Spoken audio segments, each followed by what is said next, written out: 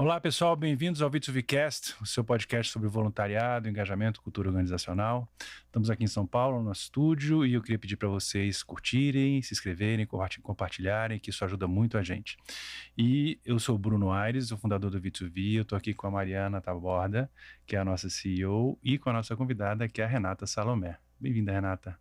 Olá, pessoal. Eu que agradeço aqui a oportunidade de estar nesse espaço aqui para gente compartilhar um pouco da minha trajetória e do que eu tenho feito aí nos últimos anos relacionado a essa agenda. Obrigada mesmo pelo convite, pela oportunidade. Obrigada a gente agradece, é uma maravilha. Então, falar um pouco da Renata para vocês. Renata é jornalista, pós-graduada em gestão de pessoas, com certificação em gestão de projetos. Ela atua na área de investimento social da B3. Ela tem uma trajetória aí na área de impacto, né, das empresas, que atua na construção e execução das iniciativas sociais da empresa, incluindo o desenvolvimento do programa de voluntariado da B3. E a B3, vocês conhecem, ela tem toda a parte de negociação e registro de ativos, ações, renda fixa e derivativos. Também oferece soluções de tecnologias e dados para o mercado, e tem um papel grande no desenvolvimento econômico do país, como a gente pode imaginar, né? Então, tem uma atuação também em sustentabilidade, educação financeira e investimento social. Então, sobre a B3 Social, que é onde a Renata trabalha, né? Então, ela é uma associação sem fins lucrativos e ela é responsável pela estratégia e gestão do investimento social da B3, né? Então, Rê, vamos lá. Como é que foi a entrada sua no mercado social? Que a gente sabe que todo mundo que vem aqui nunca não muda. Muitas vezes a gente foi picado em algum momento pelo mosquitinho do social, né? E aí, como é que foi Eu falei para o Bruno, eu fiquei impressionada com a quantidade de jornalista na nossa área, né? Social, impressionante. Eu falei, gente, Bruno, está tomada pelos comunicólogos. A própria formação já incentiva um pouco, né? Isso. Dessa responsabilidade social, dessa questão mesmo. É verdade. Mas eu estava direcionando a minha carreira para a editoria de saúde, assim. Olha. Era um tema que eu gostava muito de trabalhar. Fiz pesquisa na universidade, fiz meu projeto de conclusão de curso olhando para essa temática também, e estava ali, trabalhando com essa editoria. Mas em algum momento eu fui convidada a integrar uma equipe de implementação de um dos maiores projetos de inclusão digital que já existiu aqui no Brasil, era aqui no estado de São Paulo. E imaginem vocês, gente, isso era início dos anos 2000, e então a gente estava colocando à disposição da população telecentros, né, que propiciavam o acesso às tecnologias de comunicação e informação. Isso já era na Fundação Telefônica Vivo? Não, isso era num grupo de pesquisa que integrava a Escola do Futuro da USP, era um grupo de pesquisa da Escola do Futuro da USP. Porque a inclusão digital é da Fundação Telefônica Vivo, que trabalhava com a política pública mesmo. Era uma iniciativa do governo do estado de São Paulo. E aí a Escola do Futuro tinha esse núcleo de pessoas que trabalhou para implementar esse projeto. Então era uma série eram centenas, né, de telecentros espalhados pelo estado, com uma preocupação genuína mesmo, assim, de propiciar, né, o acesso à tecnologia. Então isso lá no início dos anos 2000, a internet de banda larga era um luxo, era uma coisa inacessível, né, para a maior parte das pessoas. E foi ali que eu comecei a entender mesmo que oportunidade é o que transforma potencial em realidade mesmo, né?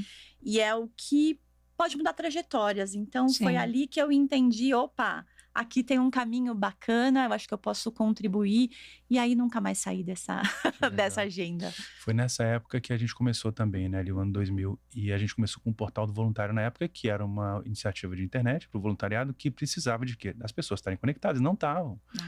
Não vou lembrar de estatística, talvez você lembre, mas assim, era pouca gente conectada. Eu lembro que na época, antes de eu ir para o V2V, antes de eu ir para o V2V, eu trabalhava numa empresa de conteúdo para site.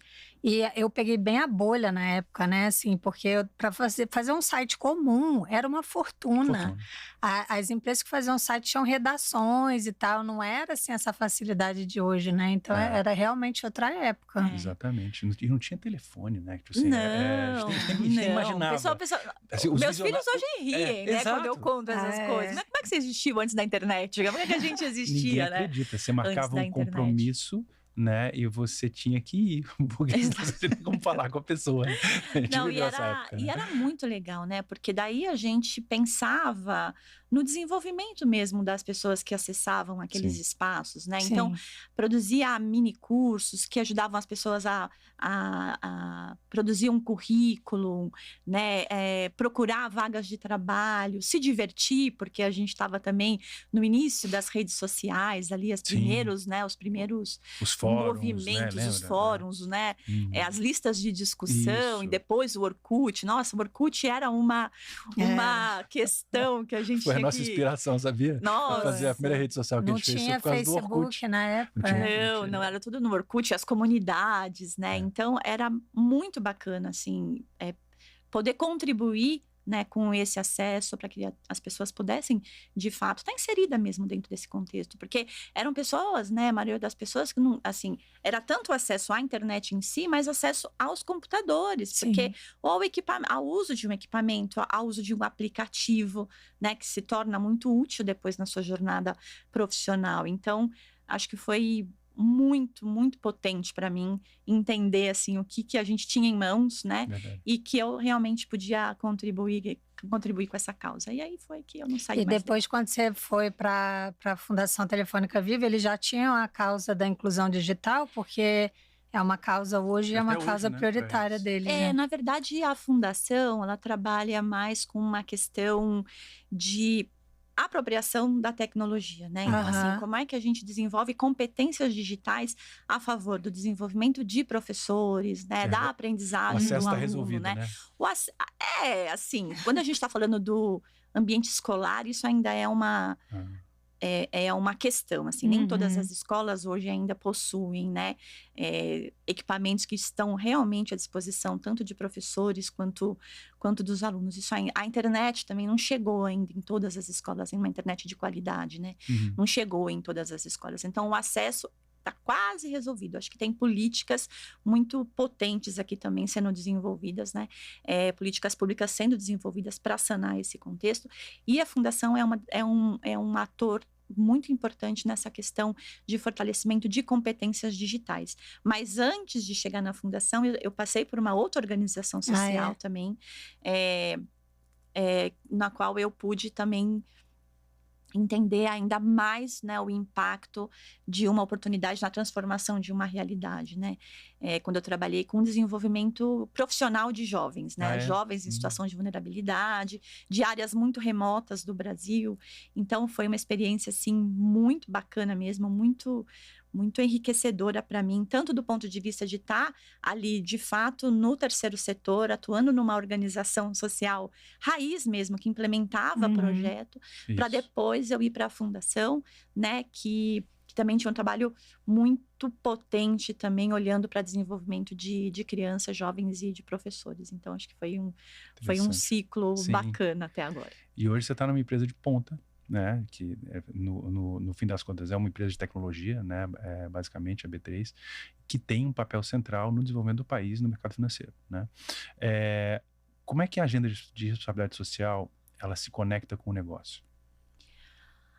A B3 ela tem o propósito de conduzir o desenvolvimento econômico para a sociedade prosperar, o econômico sustentável para a sociedade prosperar.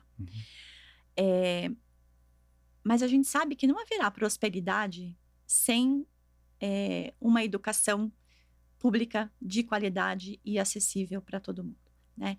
Então, é difícil haver prosperidade quando a gente ainda tem 34% das nossas crianças não alfabetizadas ao final do segundo ano do ensino fundamental. Isso é duríssimo. Quando a gente tem 5% dos nossos jovens que concluem o ensino médio, e aí a gente já tem um recorte, porque não são todos eles que vão para o ensino médio, então a gente já tem uma perda. Né? A gente já perdeu aqui uma parcela significativa, só que desses que concluem, 5% saem sabendo o que era preciso saber em matemática, por exemplo. 5%. Então, é difícil a gente falar de um desenvolvimento sustentável com um contexto tão desafiador, né?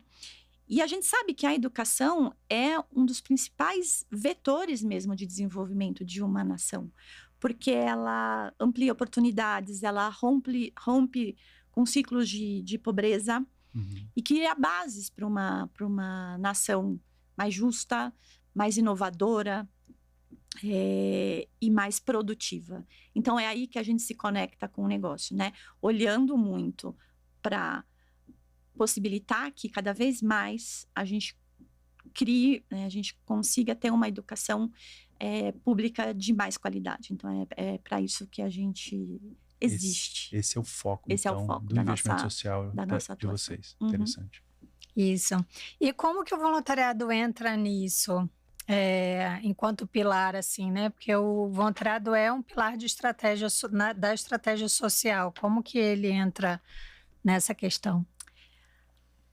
Mari, esse pilar, ele é muito relevante para a nossa atuação, porque o voluntariado, na prática, ele é uma das formas mais potentes que a gente enxerga de transformar responsabilidade social em cultura. Né? Então, isso é muito potente, é muito forte, muito presente para a gente. Então, quando a pessoa participa, né, ela sai de um papel do eu apoio para um papel do eu me envolvo. Corresponsabilidade. E né? aí, exatamente. E aí, a gente começa a entender que os desafios sociais, eles não são de alguém, eles não são só do governo. Também é meu. Eu também posso contribuir com a mitigação desses desafios. Então, acho que é aí que a gente começa a rodar um pouquinho dessa roda, sabe? A gente girar um pouquinho essa roda da transformação social. Vocês fomentam a cultura de responsabilidade social, né, nas pessoas. Assim, a pessoa, ela percebe que ela é cidadão, né? Que ela tem um papel, assim, nesse cenário todo, né? Exatamente. Isso. E, geralmente, assim, os programas, eles percebem, né, que existem diferentes perfis de voluntários. Você tem um voluntário mais atuante, um voluntário que já está no início, que não tem tanto desenvolvimento de ações. E eu vi que vocês têm como se fosse um cardápio para 4 níveis diferentes de voluntários. Como é que funciona isso? A gente entende lá na B3, né, na B3 Social, que as pessoas estão em diferentes momentos da sua vida, da sua trajetória. Então, assim, a organização das nossas atividades em 4 níveis diferentes, né, que vai da mais simples à mais complexa, ela possibilita que as pessoas consigam se engajar em pelo menos alguma delas. A cultura da doação, especificamente, que é essa que a gente movimenta nesse nível de complexidade mais simples, que é o que a gente chama de N1. A gente fala que é botar o pezinho na água, né? Botar o pezinho na água, exatamente. É começar a entender essa noção da corresponsabilidade, né? É começar a entender que eu posso contribuir, eu tenho um dever também com a sociedade, né? Então,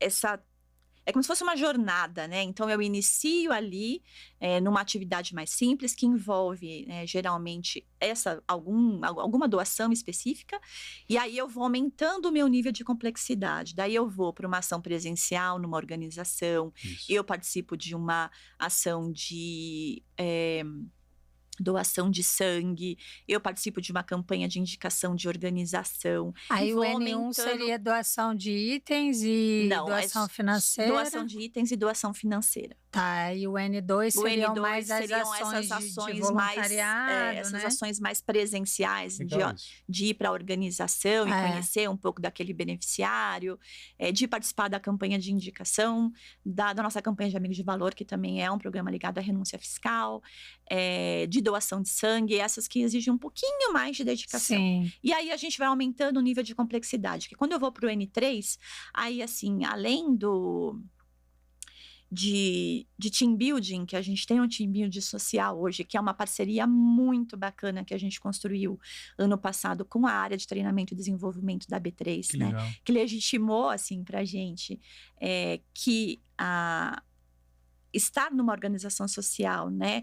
Ao mesmo tempo que você gera um impacto social fazendo alguma atividade, você também desenvolve as suas próprias competências. Então, a gente está falando aqui das soft skills, das competências transversais.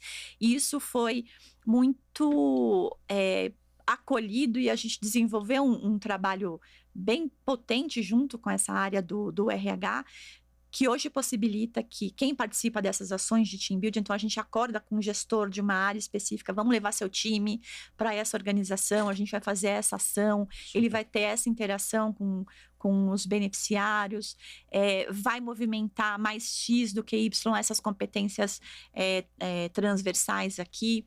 Às vezes a gente às vezes a gente é demandado também por uma área, puxa, estou precisando trabalhar uma competência X aqui, o que vocês conseguem me ajudar? Então, essa ON3, a gente tem esse team building social, que hoje é uma ação bem bacana que a gente tem as mentorias, né, de jovens, que daí a gente está falando do conhecimento de um funcionário a favor do desenvolvimento de um indivíduo, e a gente tem o N4, que aí é a ação hoje mais estruturada mesmo que a gente tem, porque daí a gente está falando, né, da disponibilização de um conhecimento e de um tempo maior de um dos nossos voluntários para um fortalecimento institucional. Ele vai olhar junto com um grupo liderado por um dos nossos VPs ou diretores da companhia, que legal. Olhar para uma dor dessa organização social e colocar o conhecimento deles de forma pro bono para solucionar um pouco daquela dor. Então, é isso. Esse então, seria o N4, esse é o N4. Seria a consultoria social. Sim. Eu achei interessante. Nossa, esse. Eu gostei muito dessa gradação e eu vou te falar, não é toda empresa que consegue fazer isso não, ter isso tão bem organizado. E se você vê a maneira como vocês se organizaram, vocês estão olhando vocês estão realmente servindo tanto a sociedade quanto a B3, sim. Que é muito interessante, porque não é simples você ouvir uma área de RH dizendo preciso de tal competência e você conseguir traduzir isso num treinamento, num team building, levar numa organização, inserir aquilo socialmente num contexto. Isso é super complexo. Parabéns, isso é muito legal. Acho que a gente tem conseguido, assim, cada vez mais, de pouquinho em pouquinho, estabelecer, né, de acordo com esses N's, uma agenda de impacto constante, sistêmica e que, de fato, consiga possibilitar que as pessoas estejam identificadas ali. Para todo mundo, né? Democrática, porque às vezes você não está querendo fazer uma coisa X e você se identifica mais com outras coisas, exatamente, né? E meio que tem para todo mundo, né? E divulgar esse case, assim, eu fico até imaginando que esse corte já é ótimo, assim, isso vai abrir, assim, aumentar a consciência de muita gente em relação ao que é possível fazer dentro das suas empresas, né? E escrever sobre isso, fazer e-book e tal, isso é super, super legal. Achei muito bacana. Parabéns. Obrigada. Bom. E para a questão das competências, agora eu fiquei curiosa. Você sabe dizer mais ou menos quais competências vocês trabalham e vocês chegaram a medir alguma coisa? A gente começou esse trabalho. Eu fiquei curiosa com essa eu gostei bastante. No meio do ano passado, né? Foi quando a gente de fato se aproximou da área de treinamento e desenvolvimento e pensamos, olha, temos essas possibilidades aqui de trabalhar com essas organizações, como é que a gente consegue entender aqui o que é possível ou não. E aí eles nos ajudaram a entender o que eles de fato iam fazer naquela organização, né? Que atividade que seria desenvolvida ali, de interação mesmo e tal. E aí a gente pensou e a gente conseguiu identificar algumas competências. Então, a gente está falando de escutativa, trabalho em equipe, colaboração, empatia, liderança, inovação, porque às vezes você tem uma questão mesmo a ser resolvida, né? Então, prioritariamente são essas, assim, que a gente trabalha mais. E depende muito ali da organização, né? Da causa também que está envolvida a organização.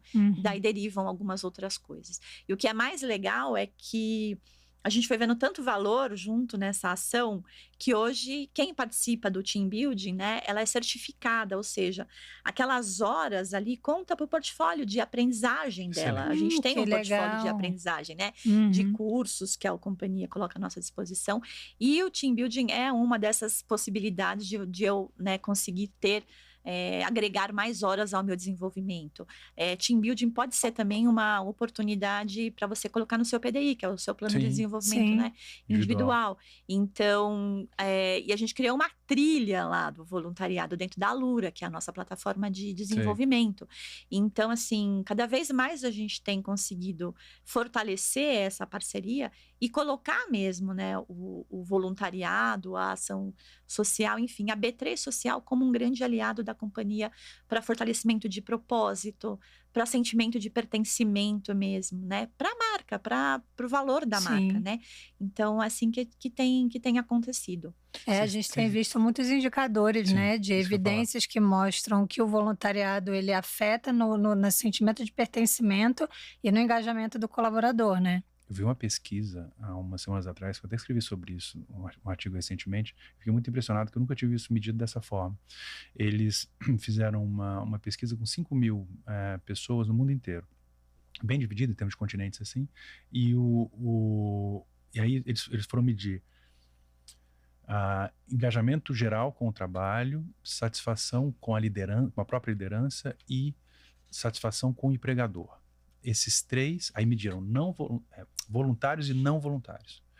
Os grupos de voluntários, esses três indicadores ficavam assim, de satisfação cerca de 75%, mais ou menos. Eu falei de voluntários 75%. Não voluntários de 50%. Ou seja, é um aumento de engajamento de 50% entre voluntários. E aí o mais interessante foi que eles mediram o NPS. Quanto a pessoa recomendaria o empregador para outro trabalhador. Olha que interessante. O NPS dos voluntários foi positivo em 20, que nem é tão alto assim, tá? Mas foi positivo 20 pontos. O NPS dos não voluntários foi negativo em 24. Ou seja, entre os não voluntários você tem mais detratores do que defensores da marca. Né, globalmente isso. E aí você vê, né, não é à toa que a gente tem uma crise de engajamento hoje, né, que a última pesquisa da Gallup sobre o tema mostrou, de novo, a amostra global, nesse caso muito maior, né, o Gallup, 200 mil casos e tal, 17% pessoas engajadas, 60 e alguma coisa pessoas não engajadas, que eles chamam, né, que estão ali mediano. Então, os 17% são aqueles que estão indo bem, estão crescendo na empresa, etc. e tal. Esses outros chamam de não engajados. E aqui, cerca de ali perto dos 20%, um pouquinho menos de 20%, você tem os ativamente desengajados. Esses são os que estão atirando para o fundo do barco. Isso existe, está medido, tipo assim, então, aí você vê, a empresa que tem um programa de voluntariado, ela tem um baita do instrumento na mão para virar o jogo nessa realidade, né? Porque é muito complicado isso aí. E essa questão de desenvolvimento de competências, a gente tem medido muito na mentoria voluntária também, né? E geralmente dá um número bem alto, de perto de 100% da percepção do desenvolvimento de competência das pessoas, dos voluntários, né? Depois que eles fazem ação voluntária, no caso da mentoria. Então, de fato, é uma ferramenta muito forte para desenvolvimento de pessoas, dizer, né? Para usar o linguajar mesmo da companhia, acho que é um ativo extremamente importante, assim, extremamente potente mesmo para engajamento, para propósito, né?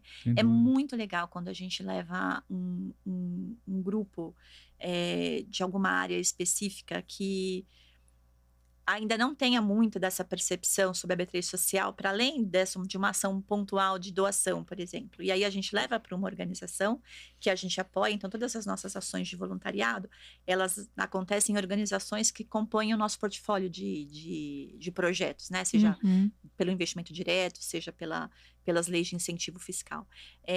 Então, quando eles chegam lá, e eles ouvem, né? Eles participam daquela dinâmica de integração com aquela organização e entendem que a nossa companhia está tendo esse tipo de cuidado, de olhar e de investimento social. Eles falam, eles ficam surpresos e se sentem realmente orgulhosos de estar participando dessa organização. Então, é muito legal. Acho que é um ganha-ganha muito potente, né? Você ganha enquanto voluntário, porque você participa, você desenvolve suas competências e você ganha os seus valores pessoais mesmo, né, de cidadão. Mas a companhia também ganha muito. Eu acho que isso tem ficado cada vez mais evidente, né?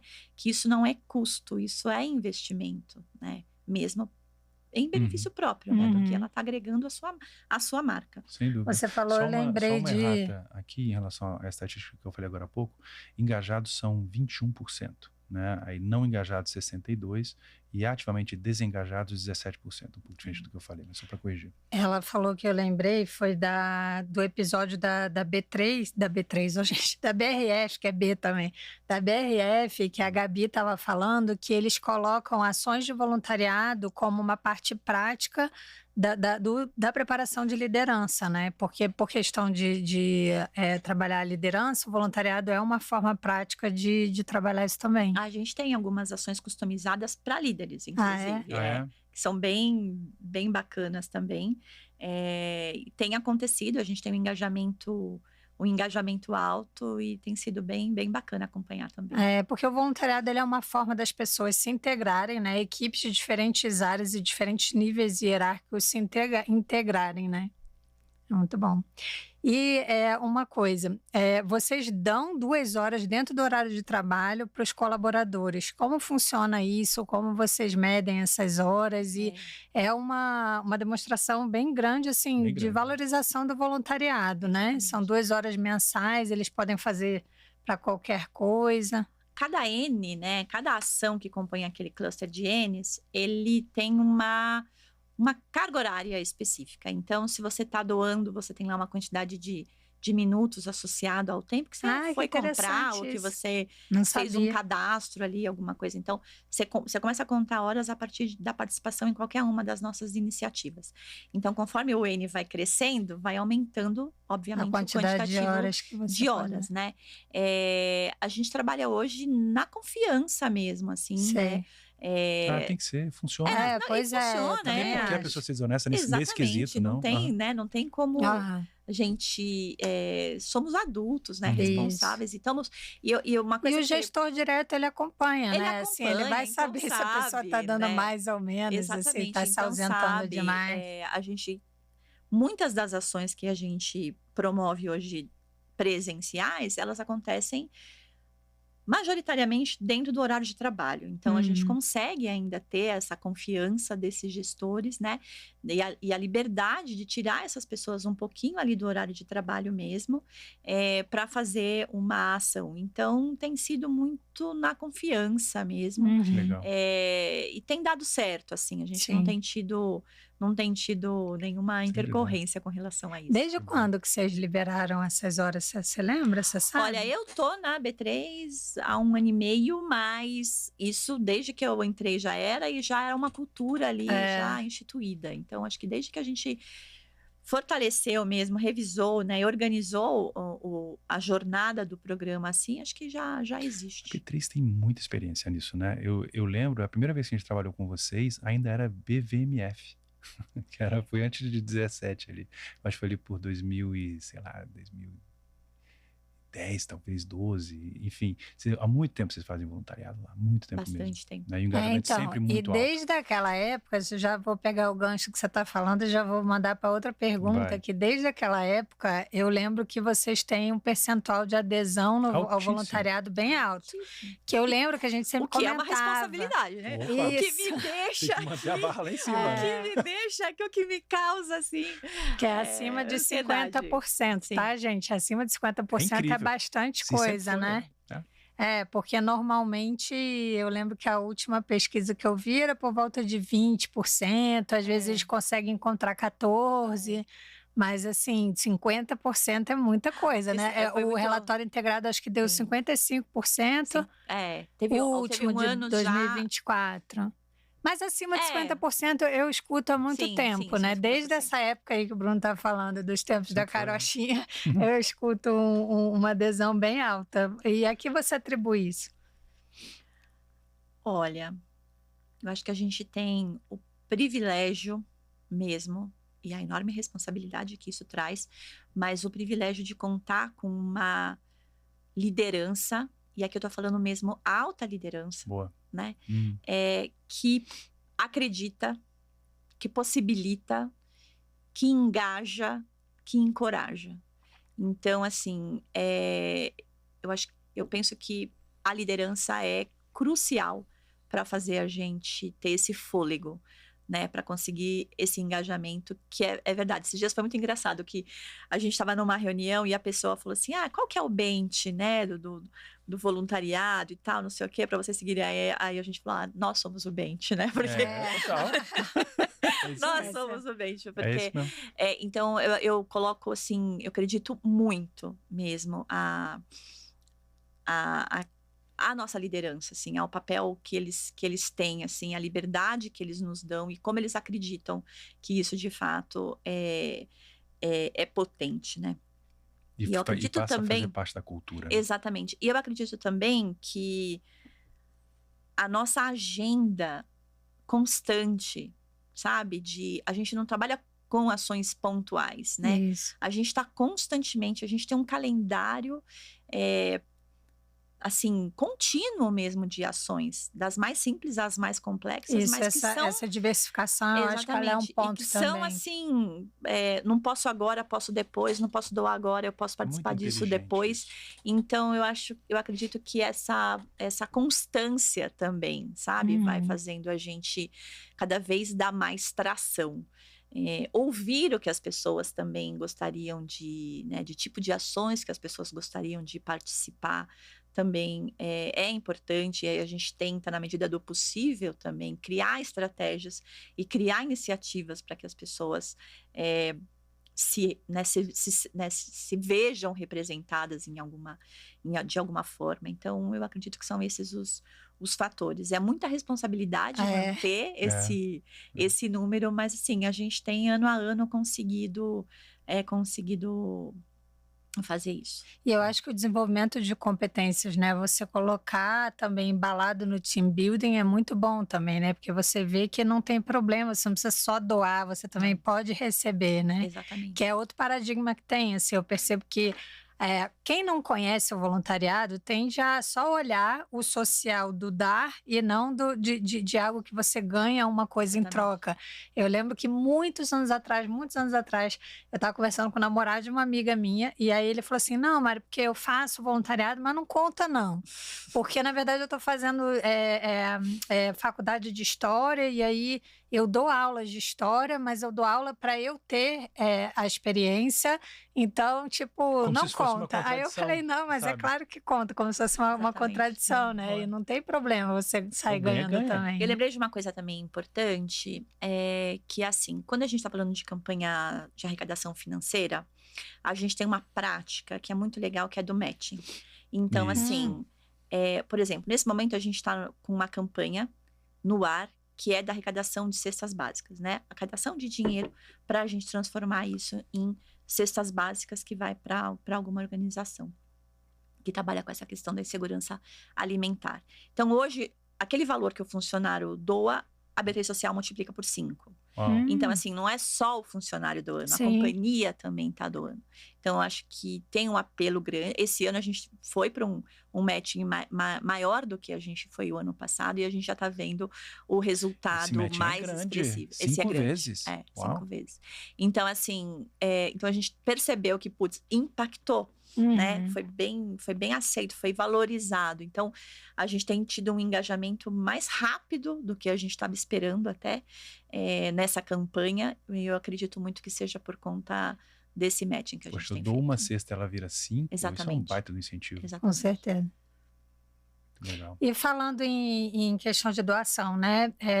Você falou do pool de instituições que vocês têm, que são instituições consideradas parceiras, né? Não sei se eu posso usar esse termo, mas o voluntário ele também pode indicar instituições. Como funcionam essas indicações e como funciona também o compliance, né? Porque imagino que não adianta só a pessoa indicar, se deve passar pelo compliance da B3 Social. Como funciona isso? Essa é uma campanha que gera muito engajamento. Acho que é uma das campanhas que mais contribuem hoje para o alcance da nossa meta, é o que a gente chama de campanha de indicação.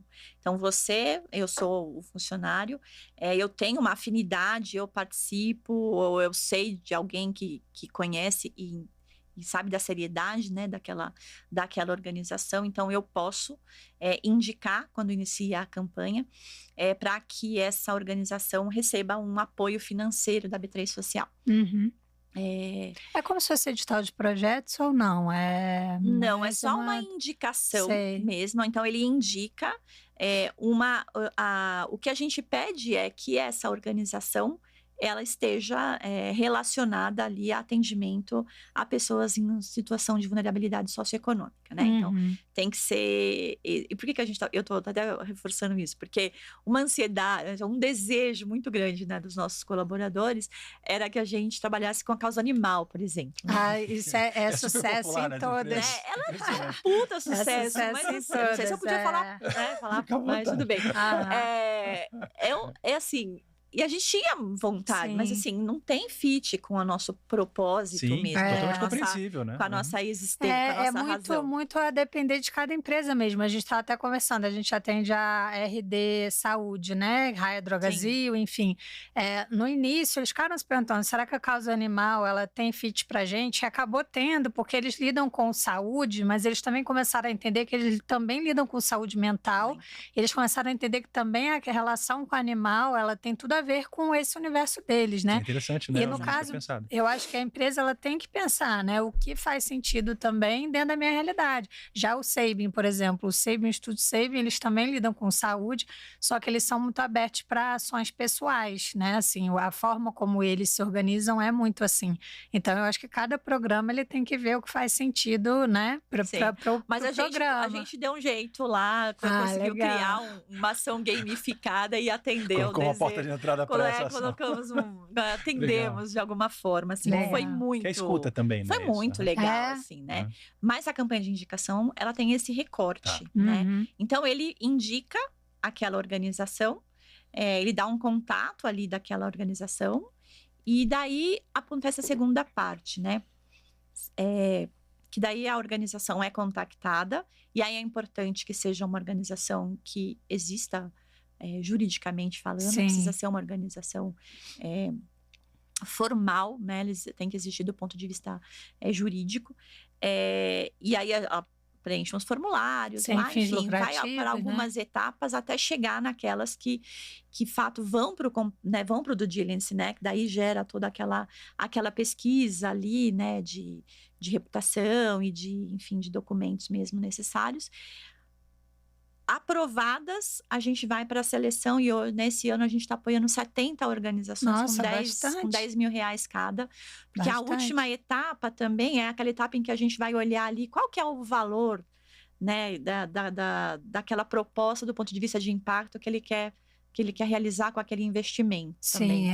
E aí a gente chega nesse último funil e aí as 70 organizações são contempladas, mas existe todo Eles chegam a ter processo de, só uma dúvida, uma doação ou eles têm que ter algum processo de prestação de contas? Não, sim, porque em muitos casos você recebe, você tem que justificar. Ele tem primeiro um plano do que ele vai fazer com aquele dinheiro, né, como um projeto, e depois ele presta contas ali do que foi feito e tal. Existe esse relatório, que também é uma prática bacana, porque também é um processo que a gente também vai, né? Além da transparência, eu acho que é um processo de desenvolvimento e fortalecimento da própria organização, porque todo projeto que ela captar, né, invariavelmente ela vai ter que prestar contas, e às vezes de forma muito mais complexa ou menos complexa, mas esse é um processo que é exigido, né? E aqui a gente está falando de uma campanha que prioriza organizações pequenas. Isso que eu estava imaginando. O perfil deve ser de organizações que são pequenas ou que estão começando, que estão começando. Que é excelente, né? Porque você tem uma porta de entrada num mercado que é super profissional, às vezes muito difícil de entrar já, né? Dessas empresas grandes e tal, que você tem, então, uma forma deles começarem a prestar conta, começarem a se relacionar. Então, você vai cada vez mais colocando o pezinho nesse universo, entendendo como que esses processos funcionam. Então, o que eu preciso para passar num compliance que seja realmente robusto? E é papel também, né? De um instituto, de uma fundação, enfim, apoiar as organizações a crescerem, né? Eu estava até no último podcast com a Motiva, ela estava contando que muitas vezes eles apoiam as instituições a conseguir até documentação, porque às vezes são alguma documentação que está faltando e que é fundamental para que ele consiga um compliance para receber algum recurso, né? Senão ficam sempre as mesmas que são fortes e estão preparadas, e aí você não consegue atingir o Brasilzão, e essa é muito legal, porque a gente tem, pode ser de qualquer lugar do Brasil. Isso. Né? Ela sendo, né, legalmente instituída ali. Quantas se inscrevem e quantas ganham? A gente teve esse ano, se não estiver muito enganada, posso estar enganada com o número, mas acho que a gente teve em torno de umas 270 indicações. E aí são vários filtros, né? Porque aí, às vezes, ela é tão pequena que às vezes ela não se atentou para o e-mail que ela recebeu, ela deixou passar o prazo de envio da documentação, então isso vai sendo, né, até a gente chegar nas 70, mas é em torno de, entre 300, 200 70 e pouco. É coisa a pra gente caramba. começa até chegar em 70. E o que é mais legal disso?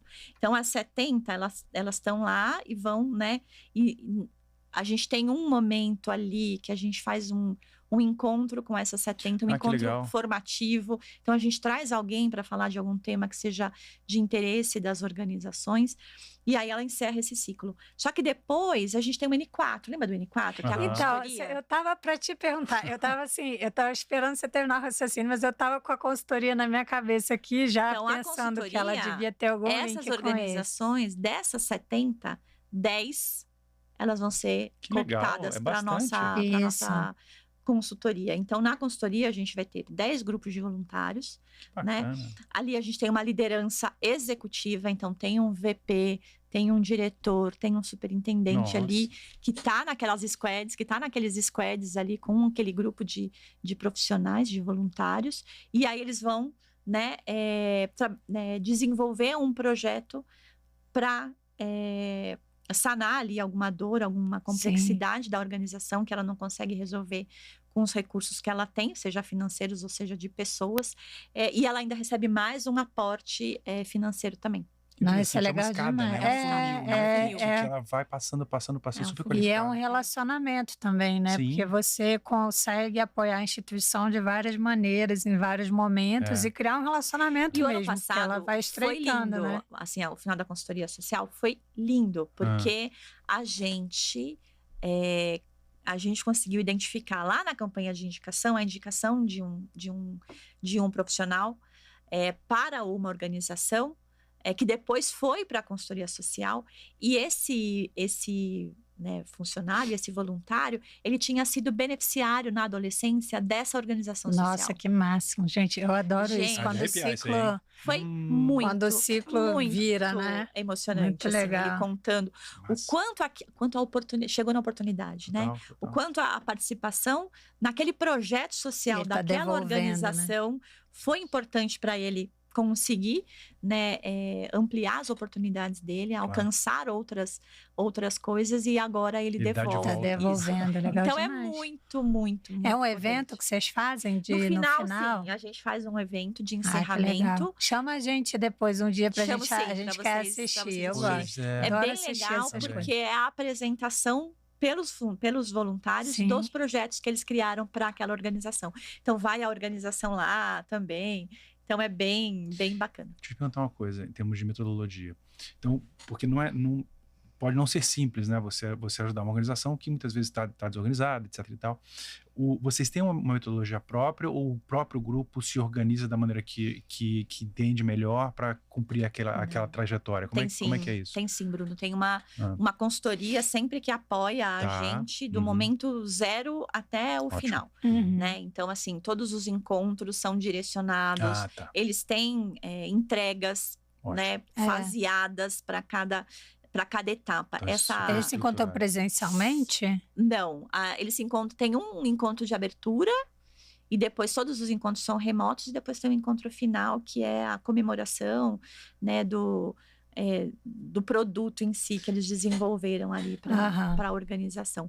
Mas é tudo bem articuladinho, assim, né? É tudo bem faseado para que esses momentos, eles de fato sejam momentos em que eles vão trabalhar a favor, Ou seja, né? eles trabalham dentro de um fluxo, de uma estrutura que vai potencializar o resultado daquelas horas empregadas. Exatamente. Muito bom. Me lembra um pouco Dura dos alguns processos, meses esse processo. Dos processos de mentoria, né? É claro que é diferente, mas assim, como você tem em cada encontro, você tem uma pauta, você tem são processos de aceleração de organização, né? Porque tem os desafios e tem como aumentar o impacto também, né? Como você faz para aumentar o impacto da organização. Eu lembrei de uma coisa muito legal que eu esqueci de comentar. Claro. A gente tem essas duas carteiras de projetos, né? Uma carteira de projetos que é voltada para projetos sistêmicos para a educação, e ali a gente está falando, né, de influência e de atuação em política pública, e a gente tem a carteira de projetos via lei de incentivo fiscal, né? A gestão das leis de incentivo fiscal também é da nossa responsabilidade, exceto o Rouanet, né? Então, a gente tem um processo de monitoramento desses projetos muito próximos. Então, a gente vai conseguindo identificar tanto situações, tanto da execução do projeto, quanto da própria organização. E isso tem uma estratégia que a gente vem cada vez mais colocando potência também, que é apoio não financeiro. Então, para além do apoio financeiro, que são esses recursos, a gente também oferece algumas estratégias de apoio não financeiro para potencializar ali o fortalecimento institucional daquelas organizações. Então, a gente tem, né, desde ofertas formativas, né, de interesses, né, de temáticas que são do interesse das organizações, a ampliação de conexões, né, de rede, colocando as pessoas em conexão para potencializar mesmo resultados, enfim, compartilhamento de boas práticas. Então, essa também é uma coisa muito, muito bacana que acho que vai dando solidez também para esse trabalho, né? Porque as organizações, elas precisam existir independentemente do projeto e elas precisam ter condições de existir, né? Quando um apoio ou outro, ele deixa de existir, porque projetos, né? Eles têm ciclo de vida, né? Então, quanto mais fortalecida ela tiver para ser capaz, né, de se sustentar do ponto de vista de existência, é legal. Então, a gente tenta também, à medida do possível, apoiar nessa questão. Não financeiramente, né? Isso é muito importante. Muita gente não... Consultorias também. Algumas consultorias a gente Muita gente não imagina, né? Mas eu lembro uma época que eu estava num projeto ligado a financiamentos decrescentes, né? A organizações. E cara, a maior parte das organizações recebia 100% do financiamento no primeiro ano, sei lá, 60% no segundo e 30% no terceiro, elas iam diminuindo. Né? É uma pena, né? Porque justamente não vai se construindo essa musculatura que a organização precisa, né? Eu acho que o setor hoje está muito mais maduro também do que já foi, né? Isso é muito bom. E eu entendo que isso se retroalimente, porque quanto mais vocês vão se aproximando das instituições, mais vocês vão entendendo o que elas demandam, né? Se aproximando dessas necessidades e tendo maior capacidade de resolver de 1000 formas, né? Porque uma empresa como a B3 e a própria B3 Social tem 1 milhão de recursos assim que podem disponibilizar, né? Para que essas instituições amadureçam. Acho que a gente muito bom. tem tentado... Na verdade, a gente tem trabalhado cada vez mais para ser um hub de boas práticas, olhando para a qualificação de investimento social, sabe? Sim. Então, é isso. A gente tenta fortalecer essas conexões, produzir conhecimento, para que esse ecossistema ele se fortaleça mesmo, né? E gere cada vez mais impacto positivo. Porque isso vai fazendo com que as transformações de fato aconteçam. E aí as causas prioritárias é empregabilidade, educação ou não? Quais seriam as causas prioritárias que vocês elegeram? Desde a nossa reestruturação, né, que foi 6 anos para cá, a gente vem tentando cada vez mais afunilar aqui a nossa atuação, principalmente pensando em alinhamento com o negócio, porque isso também precisa, né, acontecer. Então, nossa carteira de projetos diretos, que são aqueles que são financiados com recursos próprios da B3, ele olha para 3 temáticas prioritárias. Alfabetização na idade certa, aprendizado de matemática e mitigação dos impactos das emergências climáticas na educação. Então, essas são as nossas 3 temáticas prioritárias dentro dessa carteira de investimento direto. Quando a gente está olhando ali para a gestão de leis de incentivo, então tem esporte, aí a gente tem muita questão do esporte como um aliado potente ali do desenvolvimento da educação mesmo, né, da personalidade, enfim. Tem o advocacy para que, de fato, o esporte, né, seja mesmo inserido dentro da jornada escolar de uma forma mais qualificada, enfim. Tem também lei do idoso, tem também lei de proteção à criança e ao adolescente, e isso a gente trabalha mais como se fosse num impacto para a comunidade. Quando a gente está falando de projetos de educação, a gente está falando de coisas mais sistêmicas, de uma dimensão mais sistêmica, porque a gente está falando aqui em escala e impacto. Isso é política pública, né? Sim. A gente só vai conseguir tração mesmo via política pública. Pela gestão de lei de incentivo, a gente está falando mais de comunidade, mais de indivíduo, mais que é necessário para o desenvolvimento territorial e para o desenvolvimento das pessoas. Então, é mais ou menos essa lógica que a gente segue. Entendi, muito bom. Essa questão de esporte é tão importante, né? Eu vejo muito meu filho adolescente, às vezes ele fala, não, porque fulaninho bebeu, mas eu não tenho interesse com essas coisas, porque eu gosto do meu jiu-jitsu, de malhar. Aí ele falou assim, isso perde performance. Eu falei, adoro. Eu tenho um filho atleta também. Ele também é bastante consciente. Isso é acho que isso é muito bacana também. Muito bom. Isso. Importantíssimo. Vou perguntar uma coisa que eu esqueci de perguntar no início. Como é que vocês medem o impacto na B3 Social? A gente se orienta. A gente tem uma carteira, né? A gente tem 2 carteiras. Então, cada carteira é composta por X organizações. Então, cada organização, ela tem, obviamente, ali os seus indicadores, aquilo que ela vai perseguir. Então, todo esse processo de monitoramento que a gente faz muito próximo dos projetos, vai trazendo para a gente esses resultados, olhando para os indicadores, para a governança, para todas essas questões.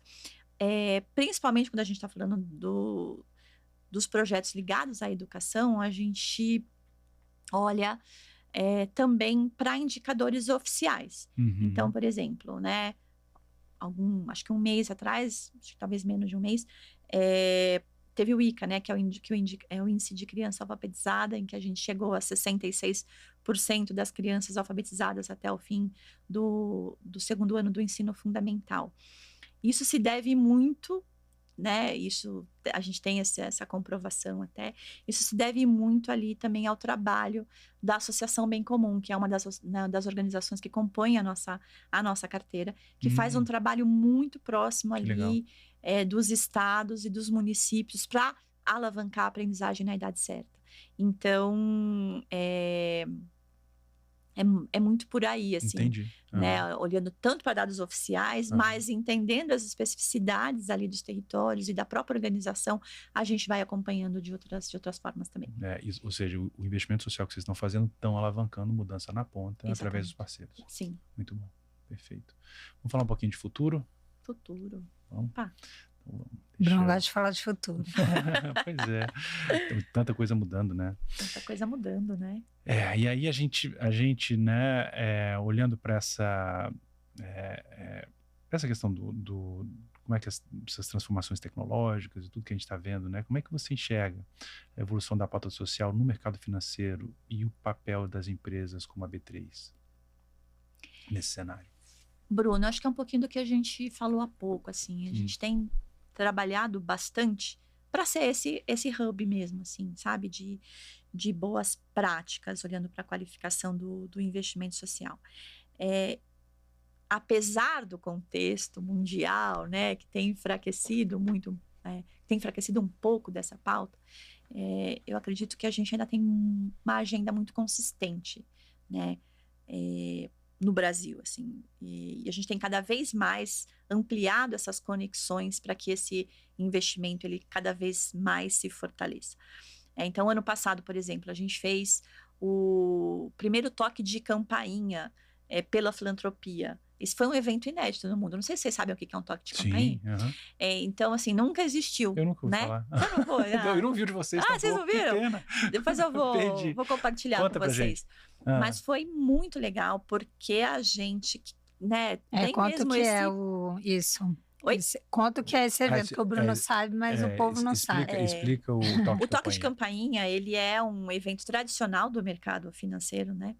Que quando a a empresa vai abrir o seu capital, ela vai lá e tem uma cerimônia, aí é onde quebra, às vezes o governador vai lá, quebra o martelo, tem toda uma simbologia, né, mas que marca muito uma ação muito significativa. É um ponto de virada para a empresa e para o mercado, e para o setor. Tudo, exatamente. Né? Então ela tem uma simbologia forte, aí cai um monte de papel, e aí né, esteticamente também é muito impactante, e tem um conceito ali por trás disso. E aí a gente realizou, né, em comemoração ao Dia Nacional da Filantropia, a gente realizou o primeiro toque de campainha pela filantropia. Legal. E aí a gente reuniu representantes, né,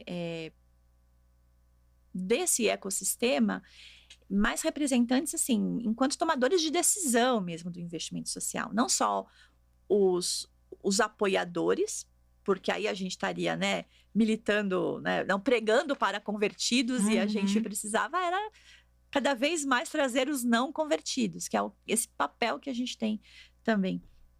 Então, a gente fez um painel lá falando sobre tendências, né, da filantropia corporativa, em todas essas questões. Então, foi um evento muito simbólico mesmo, assim, para fortalecer mesmo essa questão da cultura, né, de doação, do investimento social e dessa qualificação toda que a gente vem buscando, né?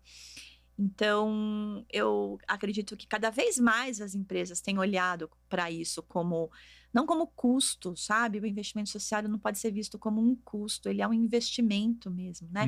Tanto na própria empresa, por todas aquelas razões que a gente explanou bastante aqui, como para as pessoas, enfim. Então, acho que eu vejo com bastante... Eu sou uma otimista, né, por natureza. Então, eu vejo com bastante... se não, né, Bruno? Se não, a gente, né... Seria muito desanimador. Seria muito desanimador. Então, assim, eu creio que eu ainda vou ver muitas mudanças, sabe? Que eu vou enxergar muitas mudanças. Então, eu acho que as empresas têm também olhado para isso de uma forma cada vez mais qualificada. Você falar sobre isso, e eu tenho sentido, eu não sei muito bem te explicar o porquê, mas, muitos anos no setor, lá se vão 25 anos, alguma coisa está mudando. Eu acho que estou vendo mais empresas querendo genuinamente entrar nisso como uma forma de se posicionar mesmo no mercado. Tipo, dizer que como se não for assim, não vale a pena. Ou se não for assim, não vai. Nem que não vale a pena. Se for assim, não há talvez como. Talvez não funcione, né? Não tem como. Eu vejo empresas falando, eu estou colocando isso na pauta e trazendo isso para produtos, trazendo isso para atuação mesmo, como uma forma de diferencial no mercado. E eu acho isso importante, né? Porque deixa de ser aquela coisa acessória e vai se tornando algo mais embutido realmente no dia a dia das empresas. Então, alguma coisa está acontecendo, sim. E é muito, muito, muito importante. E um evento desse com uma toca de campanha é muito simbólico, né? É muito boa ideia. Vão ter mais, imagina. Sim, ele passou agora a integrar o nosso calendário anual. Genial. Então, mais para o final do Quando vai ser o próximo? Final do ano. Creio que no comecinho de dezembro, porque se eu não estiver muito enganada agora, acho que o Dia Nacional da Filantropia é 2 de dezembro, deve ser mais ou menos por aí. Vou ficar antenadíssimo. Mas foi muito legal. Então, a gente recebeu, sabe, players muito significativos mesmo dessa pauta, né? Nosso CEO estava lá, então, nossa VP também. Então, assim, foi bem bacana. Esse é um rito que ele fala alto aos tomadores de decisão, né? Eles entendem o que Exatamente. Né? Isso é muito bom. E é muito significativo fazer isso lá, né? Sem dúvida. Então, foi bem bacana. Engraçado, né? Das coisas que aquilo que a gente falava desde o início, né? Tipo assim, do porquê e o potencial, né? De uma empresa como a B3, que é uma empresa de infraestrutura, tá nessa causa. A simbologia desse ato é uma, talvez, um dos ápices disso, isso, né? é cada vez mais a gente, né? Agregando valor mesmo ali ao mercado, né? Ao negócio. Né? Então, a gente tem que estar, até para a gente conseguir manter todo esse investimento, né, a gente tem que cada vez mais ter essa sinergia. Então, acho que tem funcionado bem. Muito legal. E, bom, estamos caminhando para o final e a gente, no final, sempre tem uma sessão que a gente faz 3 perguntas de bate-bola, né? E a primeira delas é: uma pessoa ou um livro que te inspirou? Olha, eu tinha pensado num livro, mas eu acabei de mudar de ideia. Eu vou falar que a minha maior inspiração são os meus pais. Que bonito. Meus pais são pessoas extremamente simples que não terminaram nem o o ensino fundamental, mas foram pessoas que entenderam, né, que educação abre caminhos e que generosidade é ação, sabe? Então, de onde eles são? Eles são daqui do interior de São Paulo mesmo. Qual o nome deles? Doida. Qual o nome deles? A Nair e Davi. A Nair, a minha mamãe, né? Ela é natural de Caconde, que é aqui no sul, bem ali quase no sul de Minas, quase chegando em Minas ali. E o papai é de Fernandópolis. Eu tô Dona Nair doida. E seu Davi, educação é um bom investimento, não é? Olha aí os valores aí expressados.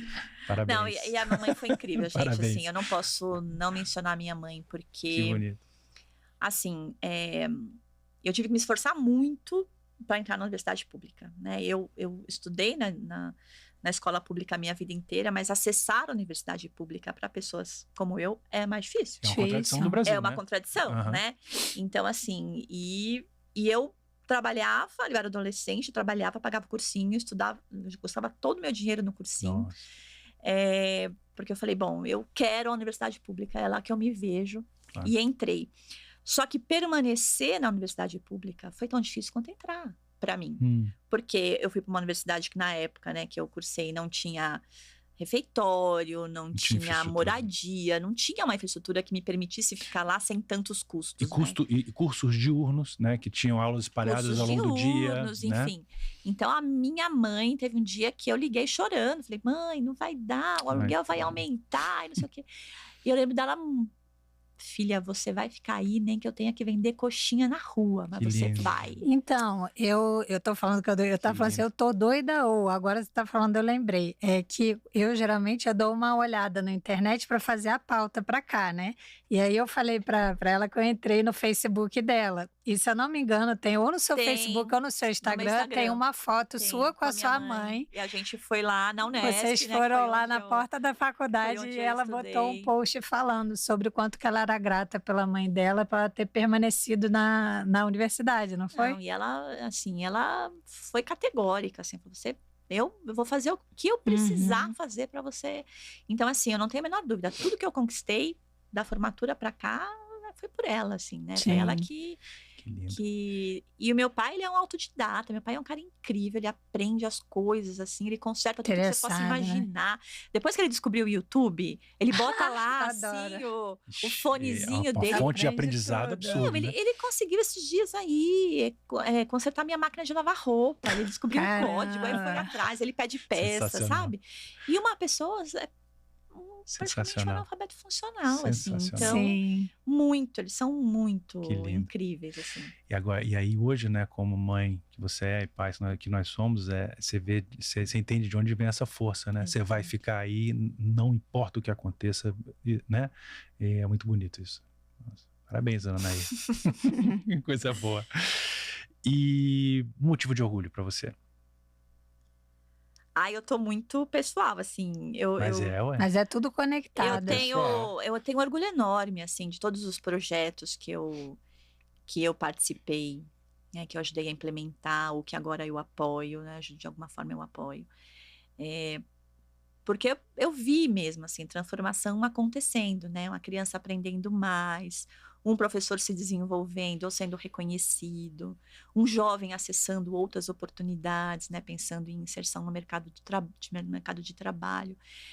Então, eu tenho muito orgulho, assim, do profissional, dessa minha trajetória profissional até aqui. Mas eu não posso também dizer que eu preciso dizer que eu também tenho muito orgulho dos meus filhos, né? Eu acho que eu e meu marido, a gente tem trabalhado muito para criar boas pessoas, sabe? Independentemente do que eles quiserem fazer, ao que eles quiserem se dedicar. Eu preciso criar boas pessoas, gente. O mundo precisa de boas pessoas. Sim. Né? Então, e às vezes acontecem coisas pequenas na nossa relação cotidiana, mas eu falo, tá dando certo. É bom, né? Nossa, tô indo, né? Tá dando certo. Glória, então, eu tenho um orgulho enorme de ter esse parceiro incrível que tá conseguindo, que tem feito junto comigo a gente criar essas pessoas boas para o mundo. Assim. E eu falo muito pro Bruno que a gente educa muito pelo exemplo, né? Assim, não adianta nada você falar uma coisa e você viver outra, porque a criança ou o adolescente vai falar, você não tá fazendo isso que você tá falando, né? Então, eles tendem também a olhar o que a gente faz, né? Não só o que a gente fala. E o que eu costumo dizer muito para eles, assim, é que dentro do nosso contexto, eles são extremamente privilegiados. Sim. Muito privilegiados, né? Eles têm acesso a coisas que a maioria das crianças, e você viu o outro lado? Eu já vi o outro lado, né? Eu vejo o outro lado. E é bom, inclusive, e eu não sei o quanto você consegue levá-lo para os projetos, mas muitas vezes a gente leva, né, para as ações de voluntariado, para dar também perspectiva, porque às vezes o menino está reclamando que não comprou a calça de sei lá da onde, e aí você leva para uma comunidade, né, para um povo que às vezes tá com um problema de saneamento básico, sabe? Parece que dá uma corda, menino, né? Gente, eu já é fundamental. Escola que não tem banheiro. Isso, é fundamental. Que não tem água. Né? Então, assim, e aqui a gente não tá falando de São Paulo. Sim. Né? Então, acho que esse é um dos meus maiores desafios da vida, assim, é que eles entendam que eles são privilegiados, sim, e que eles precisam retornar isso também. Qual o papel deles no mundo, né? Qual o papel deles ali depois para devolver tudo isso que a gente tem possibilitado que eles vivam, né? Então, acho que é isso. Joia. E aí, conectado a isso, né? Qual é o melhor conselho que você já recebeu ou que você já deu ou gosta de dar? Ai, meu Deus. Uma vez eu ouvi de uma pessoa que eu trabalhei também, assim, que eu tinha que ser generosa, com o meu tempo, que eu tinha que ser generosa com o tempo das pessoas, que eu tinha que ser generosa comigo, Sim. né? Com aquilo que eu queria fazer. Então, eu acho que é isso, Bruno, assim, a generosidade, ela leva a gente para outro patamar, assim, sabe? Não tô falando de sensibilidade, não, tô falando de generosidade mesmo, assim, quando você se doa, quando você quer o melhor do outro, né? Quando você quer dar o melhor de você para que as coisas de fato aconteçam. Então, eu acho que é o que eu tento sempre fazer. Boa. É o olhar de abundância, né? A gente fala do olhar de abundância, que você multiplica em vez de dividir, né? Interessante. Eu tenho feito alguns estudos na área de filosofia, teologia e tal, e São Paulo falava da couraça da caridade. Ele é uma armadura. O amor, a generosidade é uma armadura mesmo pra gente enfrentar esse mundo que tá Às vezes é difícil, né? Muito, nossa. Às vezes é bem difícil. É um exercício diário. É uma luta, né? Tanto, né? Na sua casa, no seu trabalho, enfim. E com a gente mesmo, né? A gente mesmo, de vez em quando, fica com um chicotinho ali, né? Tipo, é um chicotinho que faz andar e, ao mesmo tempo, é um chicotinho que, às vezes, machuca, né? Mas esse é o bom combate, né? E adorei. Muito bom, obrigado. Eu que gostei, foi uma troca, acho que muito bacana, assim, foi muito repensar, né, essa trajetória. Fazia muito tempo que eu não pensava no início da minha carreira. A gente vê isso aqui, e a gente vive isso com vocês toda vez, né, que vem, a gente recebe esse feedback algumas vezes, puxa, eu pude pensar na trajetória de novo, porque a gente vai rodando a vida, né? A gente vai ligando no automático, né? E quando ontem eu tava pensando, eu falei, gente, participar daquele projeto foi muito incrível. Talvez na época eu não tivesse tido toda essa dimensão, porque obviamente você tá ali no dia a dia, no cotidiano, a coisa tem que rodar, tem que acontecer. Mas hoje eu fiquei pensando, falei, gente, aquilo foi uma oportunidade de aprendizado e de entendimento do que uma política pública é capaz, né? Que fazia tempo que eu não Que hoje pensava, depois você olha para trás e entende melhor, né? Que aconteceu. Entendo muito melhor. Falava, nossa, aquilo era muito incrível, né? Assim, e desdobrou para várias outras coisas. Então, acho que isso foi bem bacana. Obrigada. Eu gosto muito também de pensar, assim, o quanto que às vezes a gente tem 1000 planos, né? Tipo assim, quando eu entrei no jornalismo, que eu fiz jornalismo também, 1000 planos. E aí, de repente, a vida te leva. A gente tem todo o nosso mérito pessoal, mas também tem os fluxos da vida mesmo, que a gente vai entrando em lugares que vão levando a gente para outros e tal. Quando você vê, você está num caminho totalmente diferente, né, do que você tinha planejado antes, muito melhor, né? Eu, particularmente, acho que o caminho que eu estou hoje, todos os dias eu agradeço por trabalhar com a nossa área, que é uma área muito gratificante, né? Tem muito propósito. Quantas pessoas procuram propósito e a gente, graças a Deus, consegue trabalhar com propósito todos os dias, assim, né? eu já, né, ao longo desses anos todos, né, o trabalho, ele me gerou oportunidades que eu acho que o jornalismo não teria me gerado. Né? Me trouxe conexões, né, e aprendizados e desafios que o jornalismo não teria me possibilitado também. Então, também agradeço muito, nunca me arrependi, sabe, de ter dado essa virada de chave, e foi muito legal, acho que tem sido muito legal, e voltar e olhar e falar, putz, foi legal mesmo, né? Foi muito bom. Obrigada, viu, gente? Obrigada a você. Obrigado a você. Pessoal, muito obrigado a vocês também pela audiência, e queria pedir para vocês mais uma vez que vocês possam curtir, compartilhar, se inscrever no canal. Isso ajuda a gente a continuar produzindo esse tipo de conteúdo. Muito obrigado, um abraço. Obrigada, gente.